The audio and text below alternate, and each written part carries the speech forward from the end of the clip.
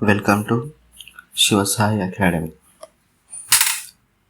ఈరోజు మనం తెలుసుకునే టాపిక్ వాతావరణం, అట్మాస్ఫియర్. వాతావరణం గ్రీకు భాషలో అట్మోస్గా పిలుస్తారు. అట్మోస్ అంటే ఆవిరి అని అర్థం. అందువలన వాతావరణాన్ని ఇంగ్లీష్లో అట్మాస్ఫియర్ అని అంటారు.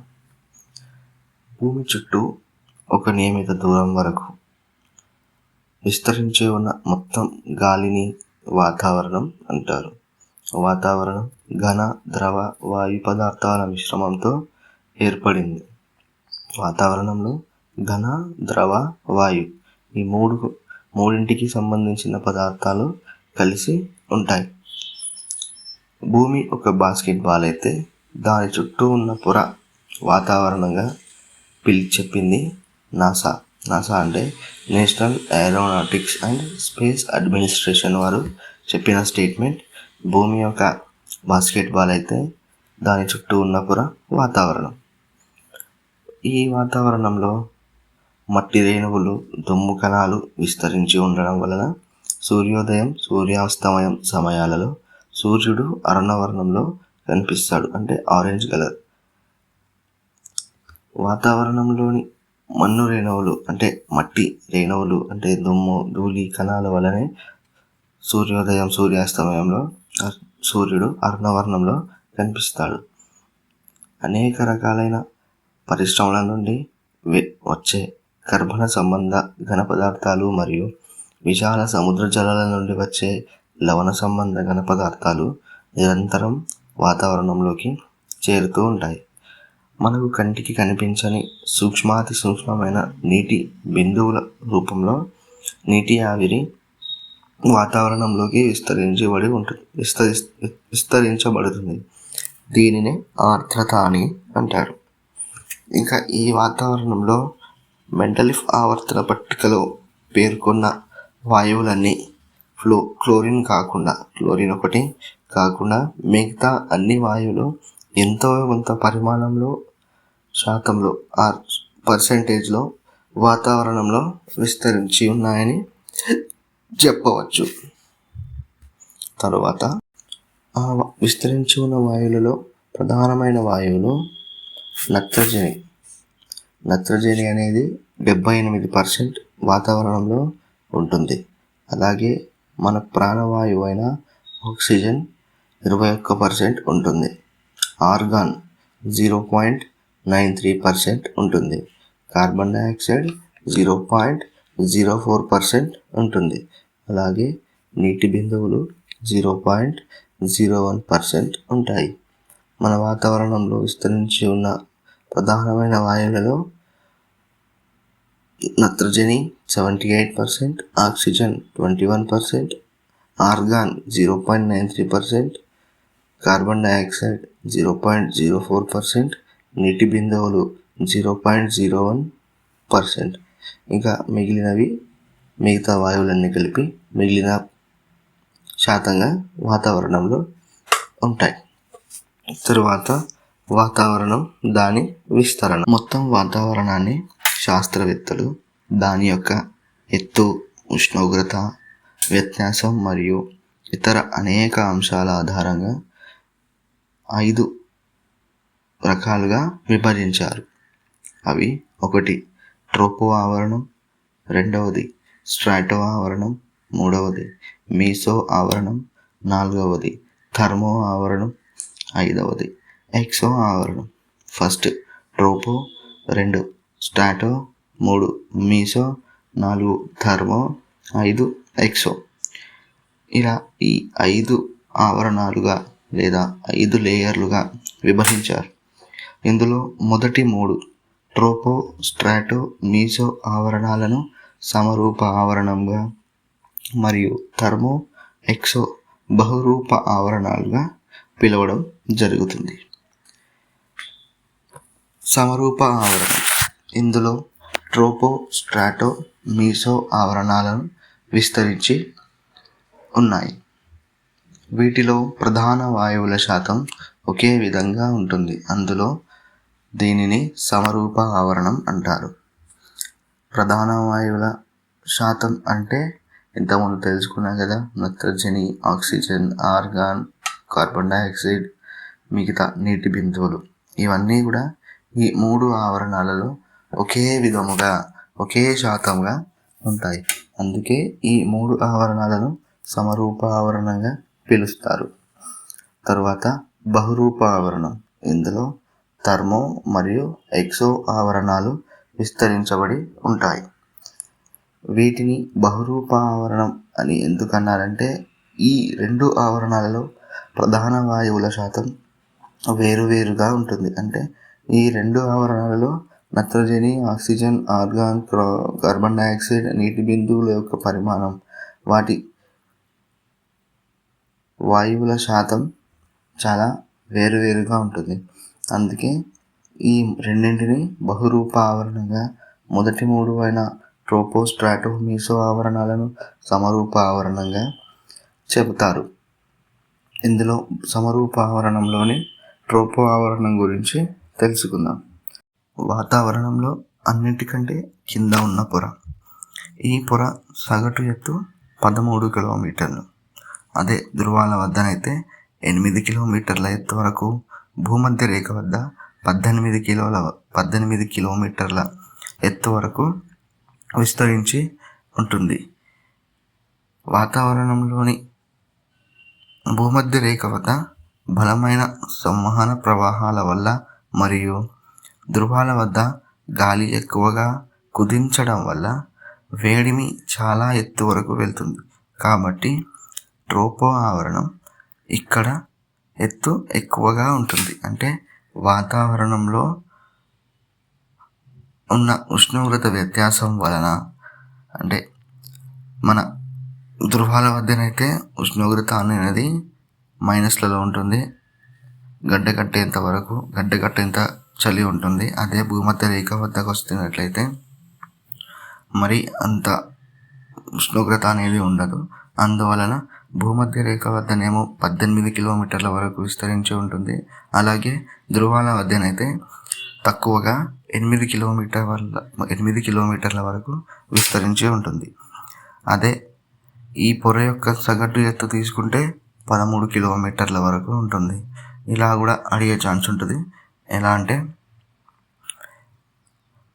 ట్రోపో ఆవరణం యొక్క సగటు ఎత్తు ఎన్ని కిలోమీటర్లు అని ఇచ్చి ఆప్షన్లలో 13, 8, 18 ఇంకా ఏదైనా నంబర్ లేదంటే పైవి కాదని పైవన్నీ అని కూడా ఇవ్వచ్చు. అందులో ఏమడిగాడు, సగటు ఎత్తు అడిగాడు కాబట్టి 13 కిలోమీటర్లు. అదే ధృవాల వద్దన అడిగి ఉంటే 8 కిలోమీటర్లు అయ్యేది, లేదా భూమధ్య రేఖ వద్దన అడిగి ఉంటే 18 కిలోమీటర్లు అయ్యేది. ఇట్లా మూడు రకాలుగా అడిగే ఛాన్స్ ఉంటుంది. అలాగే స్టేట్మెంట్ వైజ్లో కూడా అడిగేది. ఎలా అడుగుతాడంటే ఈ భూమధ్య రేఖ వద్ద 18 కిలోమీటర్లు ఉంటుంది, ధృవాల వద్ద 8 కిలోమీటర్లు ఉంటుంది. దీనికి గల కారణం ఉష్ణోగ్రత వ్యత్యాసం అని ఇవ్వచ్చు, లేదా ఉష్ణోగ్రత సమానంగా ఉండడం వలన ఇవ్వచ్చు. అలా ఇచ్చి స్టేట్మెంట్ వైజ్గా కూడా అడిగే ఛాన్స్ ఉంటుంది. తర్వాత ఈ వాతావరణంలో, ఈ ట్రోపో ఆవరణంలో 75% వరకు దాదాపుగా మొత్తం ధూళి కణాలు, తేమ ఈ పొరల్లోనే ఉంటాయి. శీతోష్ణ స్థితులు, వర్షపాతం వంటి వాతావరణ అంశాలన్నీ ఈ ఆవరణంలోనే సంభవిస్తాయి. ఈ పొరలో పైకి వెళ్ళే కొలది ఉష్ణోగ్రత అనేది తగ్గుతూ ఉంటుంది. ఈ ఆవరణంలో ట్రోపో ఆవరణంలో పైకి వెళ్ళే కొలది ఉష్ణోగ్రత అనేది తగ్గుతూ ఉంటుంది. దీనికి గల కారణం భూ వికిరణం లేదా ఉష్ణ వికిరణం. అంటే దీన్ని టెరెస్ట్రియల్ రేడియేషన్ అని ఇంగ్లీష్లో అంటారు.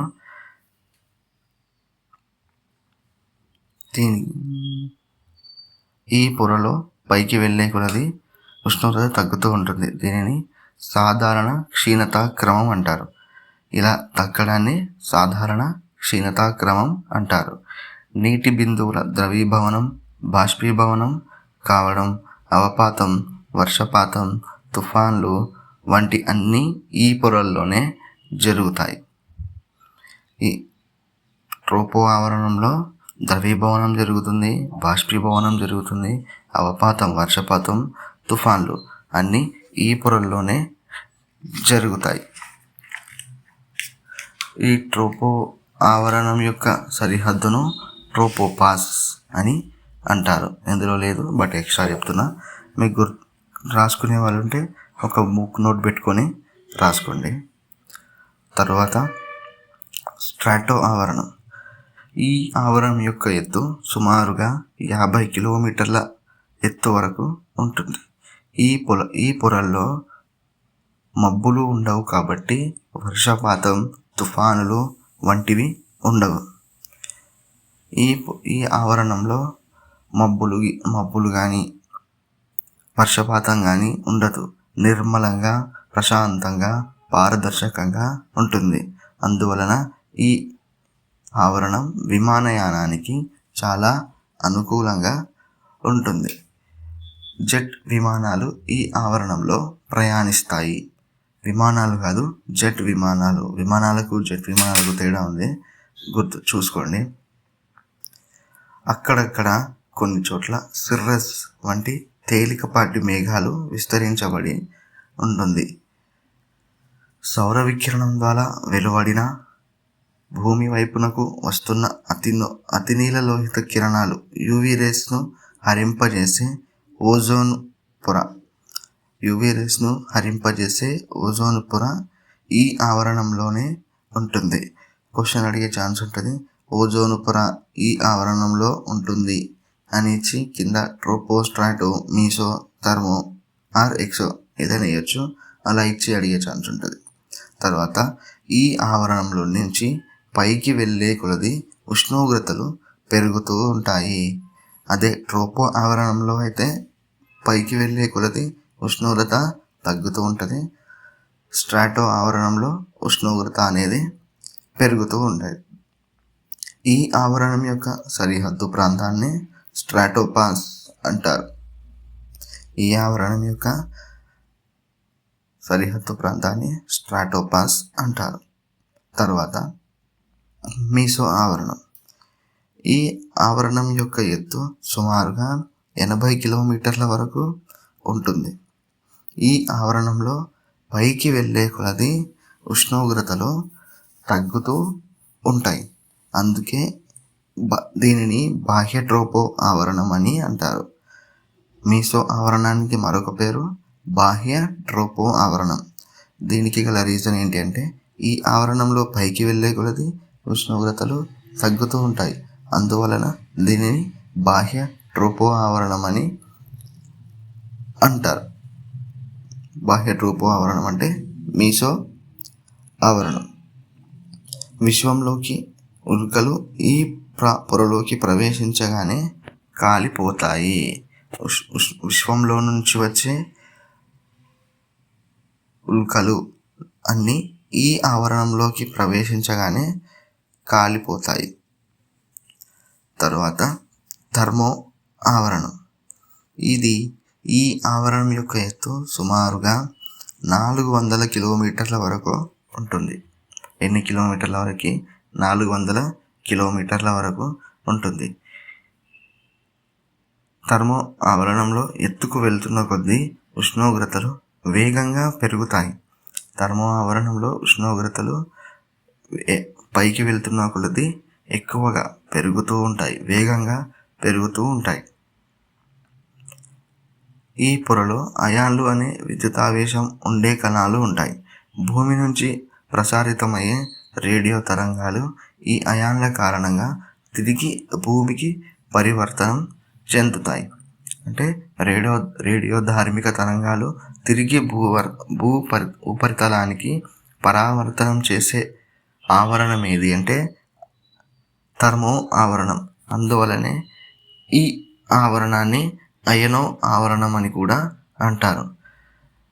ఇలా జరిగేదానిని అలా రేడియో ధార్మిక తరంగాలు తిరిగి ఉపరితలానికి పరావర్తనం చేయడాన్ని అయనైజేషన్ అని అంటారు. అందువలన దీనిని అయనో ఆవరణం అని కూడా అంటారు. తరువాత ఎక్సో ఆవరణం. ఈ వాతావరణంలో అన్నిటికంటే చివరి పొర ఇది. అంటే వాతావరణంలో స్టార్టింగ్ నుంచి ట్రోపో, స్ట్రాటో, మీసో, థర్మో, ఎక్సో అనేది ఆఖరిది చివరి ఆవరణం. అత్యంత ఎత్తులో ఉండే ఈ పొర గురించి మనకు తెలిసింది చాలా తక్కువ. అందుకే ఈ ఆవరణాన్ని విరుద్ధ ఆవరణం అని కూడా అంటారు. ఈ ఆవరణం గురించి శాస్త్రవేత్తలు తెలిపిన సమాచారం చాలా తక్కువ. అందువలన దీనిని విరుద్ధ ఆవరణం అని కూడా అంటారు. ఒకటి మర్చిపోయినా, థర్మో ఆవరణంలో మానవ నిర్మిత కృత్రిమ ఉపగ్రహాలు తిరుగుతూ ఉంటాయి. క్వశ్చన్ అడిగితే ఇట్లా అడుగుతాడు, ఈ ఆవరణంలో మానవ నిర్మిత కృత్రిమ ఉపగ్రహాలు తిరుగుతూ ఉంటాయని అడగచ్చు. లేదా దీనికి కొంచెం ఎక్స్టెండ్ చేసి ఇచ్చే ఛాన్స్ కూడా ఉంటుంది. ఏదైనా ఇప్పుడు ఇస్రో కానీ లేదా నాసా కానీ ఉపగ్రహాలను పంపిస్తుంటుంది కదా, ఈ ఆవరణంలో మాత్రమే ఉపగ్రహాలను తిప్పుతారు అని కూడా అడగచ్చు ఎక్స్టెండ్ చేసి. లేదా డైరెక్ట్ క్వశ్చన్ కూడా అడగచ్చు. లేదంటే ఎక్స్టెండ్ చేసి ఇచ్చినా కూడా ఇచ్చే ఛాన్స్ ఉంటుంది. ఓకే, తర్వాత వేరే టాపిక్తో మీ ముందుకు వస్తాను. మీ శివసాయి అకాడమీ. Thank you.